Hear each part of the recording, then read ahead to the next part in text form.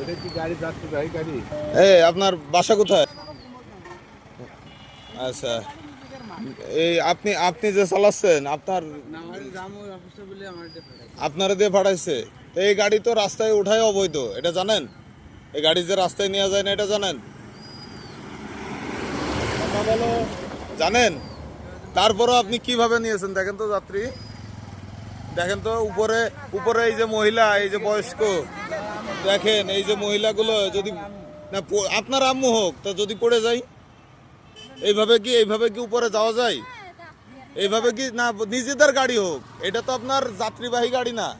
আপনি মালামাল নিয়ে যাচ্ছেন, এই যে ধান চাল নিয়ে যাচ্ছেন, বাসার বোঝা হচ্ছে। তা আপনি তারপরে এটার কত উপরে, এটা কি আপনারা ঠিক করছেন? হ্যাঁ, এই গাড়ি তো রাস্তায় অবৈধ, তারপরে আপনি এইভাবে যাচ্ছেন কেন? এত নিজের জীবনের কোনো দাম নাই? হ্যাঁ।